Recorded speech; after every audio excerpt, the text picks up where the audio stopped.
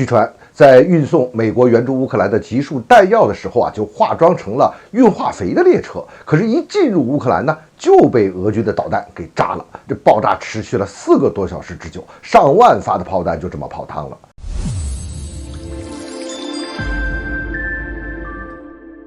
欢迎来到张斌观察，我是张斌。最近有消息称说，俄军由于这个情报失误，误炸了一列从波兰开往乌克兰的列车，上面装的呢都说好了是化肥，但是没想到这列车被炸了之后呢，发出这个猛烈的大爆炸，而且整个大爆炸过程持续了足足4个多小时。大爆炸的现场可谓是浓烟滚滚，火光冲天的，这个事儿也真是太蹊跷了。你要说是光是化肥，它怎么能炸成这个样子呢？这俄军就派出无人机进行了侦查，发现歪打正着，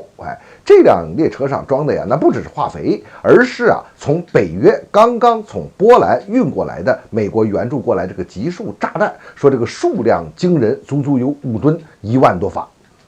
乌克兰方面呢就谴责了俄罗斯，说这是一个民用车辆里边全都是装满了刚从波兰进口过来的这个化肥，这是要运往扎波罗热地区给农民用的。这个消息的真实度呢，还是没有最后的证实，而且疑点也挺多的。你比如说吧，这个消息说足足有5吨的弹药说是1万多发。那么一列货车，这个火车的这个货车拉这个5吨的弹药，这量好像也太少了一点了而且就这么点弹药也不足以引发那么长时间的爆炸况且美国现在援助的这些集束弹药每一发大约也要在50公斤呢，要接近50公斤呢，那1万发就要到50万公斤了那这50万公斤那可不是5吨，这是500吨那所以这个数字看样子是也有出入，当然也有可能是一个笔误吧。后来呢，从更多的消息就从侧面来证实确实呢有这么一列货车是被这个炸了，而且呢发生了大爆炸至于说里边到底装的是不是这些集束弹药，那没有最后准确的消息，但是发生这么大的弹药，那肯定不仅仅是化肥很有可能就是各种弹药了。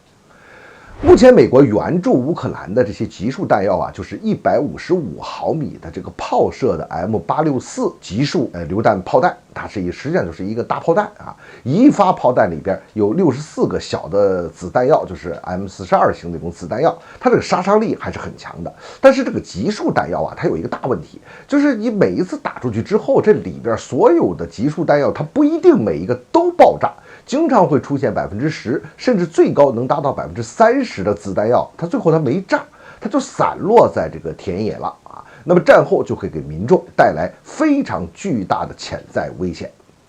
作为美国来说，他们经常用的东西，他当然知道这是怎么回事了，是吧他也清楚这些事情的危险度，但是呢，美国这边办事他没什么底线，他更不会在乎乌克兰民众的死活。如果说这次爆炸真的是把这个集束弹药的列车给端掉了，那你这问题就又来了，说你看你把这个反人道的集束弹药伪装成化肥运进这个乌克兰，这个就说明你美国心中有鬼嘛，你明知道理亏，所以才偷偷摸摸的干这个事情。你别说，这倒是挺符合美国的作风。那这件事的真假呢，还确实是有待证实的。不过呢，这个美国这个随时会违背这个军事伦理，使用最残酷、最血腥的手段这毫无底线，这倒是实实在在的事实。你看